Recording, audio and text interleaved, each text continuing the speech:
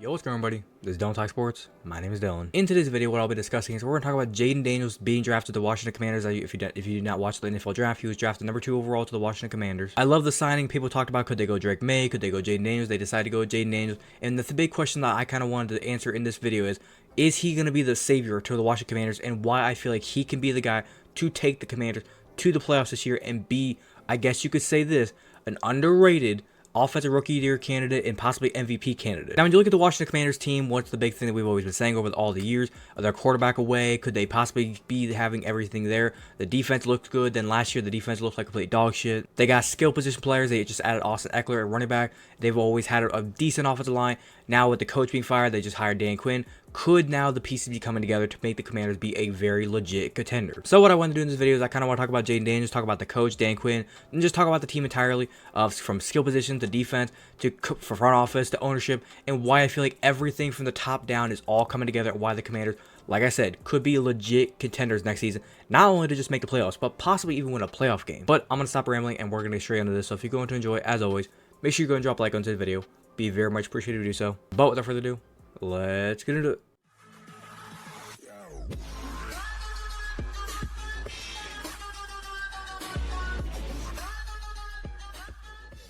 Now, there's a couple of things we're going to be going over, and I'll have them on screen. If you want to go check it out, check out any of the links for yourself. I'll put links to it all down in the description below, so if you want to go check it out. First things first, we're going to talk about Dan Quinn being the hire as a new head coach. You can see here this article is from back in February, but I saved it just for in case we could talk about Dan Quinn, and we need to talk about Dan Quinn because I think some people say that he's a bad hire for the Commanders, although they could have went after Ben Johnson, the offensive coordinator. I thought they were going to go after Ben Johnson. There was a lot of other different people, maybe offensive people, that they could have went after, and they ultimately ended up with Dan Quinn. And I'm not going to lie, Dan Quinn seems like the perfect hire for the Commanders. The Commanders have always been made just like on big-time defense. They had Deron Payne, Jonathan Allen, signed them to extensions. They had Chase Young and Montez Sweat. They decided to move on from them. Montez Sweat is now with the Chicago Bears. Chase Young, I believe, is with the 49ers last year. Now he's with, I think, the Saints. Dan Quinn coming in, he's going to make this Commanders team be big-time on defense. The Cowboys, the last couple of years, he's been the defensive coordinator. The Cowboys have been very good on defense. The first year he was there, he took that defense from being honestly the worst defense in the league, I believe with Mike Nolan, who was the defensive coordinator, to them being like the #1 defense in the league. The past couple of years, he's been top 5, if at worst, top 10 defense in the entire league. He's had the front 4 with Micah Parsons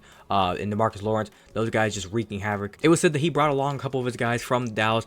So I believe his offensive or defensive line coach to be his defensive coordinator, and I believe his secondaries coach to come over to Washington to be with him on his staff. So when it comes to the defense entirely, I think the defense is really going to get a step up. They're going to go from what they were last year to, I want to say like middle of the pack. Oh, correction, I was wrong. Worst defense in the entire league, just looked it up.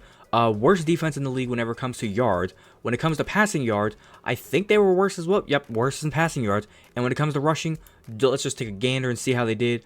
Yeah, near the bottom. So I would say Dan Quinn's got his work cut out for him, but I really do think if he can go out there and transform that defense and get them playing at an elite level, right there, you already have your defense taken care of. So let's just say, in theory, the defense is now fixed. Now let's move on to the offensive side of the ball. We already knew Cliff Kingsbury, the quarterback coach from USC, and was former head coach of the Arizona Cardinals and Texas Tech. He's coached Kyler Murray. He's coached Patrick Mahomes back in college. He's coming in to be the offensive coordinator of the Washington Commanders, and he's now going to have his next project, Jayden Daniels. We've seen the way these other quarterbacks play that he's coached. He's coached Caleb Williams, be the quarterback coach of him at USC. Like I said, he coached Kyler Murray there for a couple years in Arizona, and he coached Patrick Mahomes out in Texas Tech. So you look at the style of the way those guys play, they're all dynamic, they're all quick on their feet, they can throw the ball far, they can make quick reads. Now, in no way am I saying, I'm not going to make this stupid hot take again like I made last year, saying that Jayden Daniels is going to be the next Patrick Mahomes. That's not going to fucking happen. Now, could he get close? Could he possibly, I don't want to say be like a Josh Allen or anything, but he can get up there to being a top 10 quarterback in the league very easily by next season. Some people compared him to being like Lamar Jackson.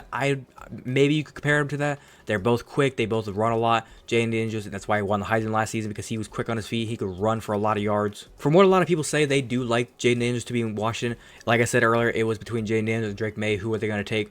They ultimately decided to go with Jayden Daniels, and I think this was the perfect position for them to, or perfect quarterback to take. Now, when we cover the Washington Commanders offense, let's look at the roster and just break it down why I feel like this offense could be electric next season. Like we said, Jayden Daniels, he's obviously going to be the starter. They have other guys like Sam Hartman, Jeff Driscoll, Drake Fromm, but we all know Jayden Daniels is going to be the starter. Austin Eckler and Brian Robinson Jr., those guys are going to be beasts at the running back position. Austin Eckler is brought in to be more of a power back and like a good #1. Brian Robinson, he's still young, he's still learning. I really think he can be the #1 guy, even if with Austin Eckler on the team. But I do think that's going to be a dynamic 1-2 punch right there. Getting to the receivers, Diami Brown, he's developing. He's getting better. You look down the roster, Luke McCaffrey, they just signed him as a rookie. Is he going to develop into being a good receiver? That remains to be seen. But you look at the studs, Terry McLaurin, Jahan Dotson, these guys are already there. They're already making big plays on the field. Those guys are really going to be helpful to Jayden Daniels' development. Terry McLaurin, he's been there now 5 years. He signed the extension. He's just begging to God, can we get a quarterback in here that's going to be here for more than just one season? Because I'm not going to lie, I'm trying to think about it. I'm pretty sure Terry McLaurin's had a different quarterback every single season. If not every single season, at least every 8 weeks. Tight ends position, they just signed Zach Ertz. I realize Zach Ertz is already pushing 33. He's probably on the end of his career, but let's see what juice he has left in him. Offensive line, they kind of fixed it, I guess you could say. They signed Tyler Biadiz, I think is how you say the name, from the Dallas Cowboys center. Cowboys didn't want to resign him, so Dan Quinn basically said, hey, buddy, you want to come along with me? And he said, sure, why not? So we got a center position fixed. Tackles look okay. Sam Cosby, they signed him a few years ago. I don't really know how that's going to work out, if he's going to be with the team anymore. Still need to fix the offensive line from the draft. What I've seen, maybe they got it fixed up a little bit. Defense looks a lot better, like I said. Dorrance Armstrong, Cleveland Farrell. Farrell has been kind of an underrated guy. He's been bouncing around. He was signed to the Raiders back when he got drafted. He didn't do anything crazy there. Got released. Commanders are going to be possibly a second home for him. Jonathan Allen, like I said, Deron Payne on the defensive line, they're going to be big time. Looking at the corners and safeties, that's going to be a weak spot, I think, for the Commanders, or they could just shock me next season. That remains to be seen. But looking at this Commanders team just like a full picture, you look at the way they played. They went 4-13 last year. The season before, I believe they were 7-10. So let's just say going into the season, the defense can stand up and shut people down. If Jayden Daniels can go out there and play at an electric pace, this team very well could be 9-8, maybe 10-7. I mean, you look at how bad this team was last year, and Sam Howell almost put up 4,000 yards passing. Now, why is that? He threw 21 touchdowns, but he had 21 interceptions. And he was sacked 65 times. So, like I said, get the offensive line fixed, and if Jayden Daniels can go out there and don't make these, like, dumb mistakes, don't make the just aggressive throws that is like, oh, man, this window's tight, but I think I can make it. No, in the NFL, you ain't making that throw yet. Hopefully, with Jayden Daniels out there, a good experience. I realize he's a rookie, but I'm going to say this now. He's more experienced than any other quarterback they've had in there. But I kind of want to wrap it up by saying this. When you look over at the roster, like I said, I kind of showed it to you. Brian Robinson and Austin Eckler, 1-2 punch running back. Terry McLaurin, Diami Brown, Jahan Dotson. We'll see what Luke McCaffrey is a receiver. The defensive lines have studs everywhere. The linebacker core is great. Corners and safeties, they need to get some help there. But I really do think if Dan Quinn can get that defense shirred up, fired up, and playing hard next season, Jayden Daniels can go out there and command this offense. The only other question is the offensive line. If the offensive line can get fixed next season, this team can be scary. And I forgot to break down even more positions within the team. You got the general manager, Scott Peters. He's really cooking up a team this season. He's working with people. He's working with the coach. He seems like a really good guy within the organization. In the past, they had Bruce Allen. He was not a guy that you want to be around. Scott Peters seems like a really good guy you want to be around. He was with the 49ers the past couple of years. He's now taking over the Commanders' kind of operations. Josh Harris as an owner, it just seems like it's a fresh breath of air in that Commanders organization in the building. So with my final prediction, I'm going to say this. The Commanders next season, I'm not saying they're going to win the division. I'm not banking on that. But what I will say is I do think this team can at the absolute worst, they should be at worst 7-10. They can get to 9-8, maybe 10-7. 7 losses at most is what I think they can get for the best case scenario. I think they could probably get to like 8-9, 9-8. 7-10 is the worst case scenario.